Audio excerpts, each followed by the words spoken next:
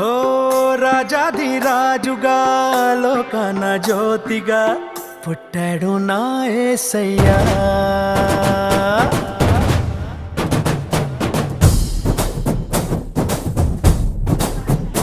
ఓ రాజాధిరాజుగా లోకన జ్యోతిగా పుట్టాడు నా యేసయ్యా. కనులారా చూడగా రండి వేడగా వచ్చాడు నా మెస్సయ్యా.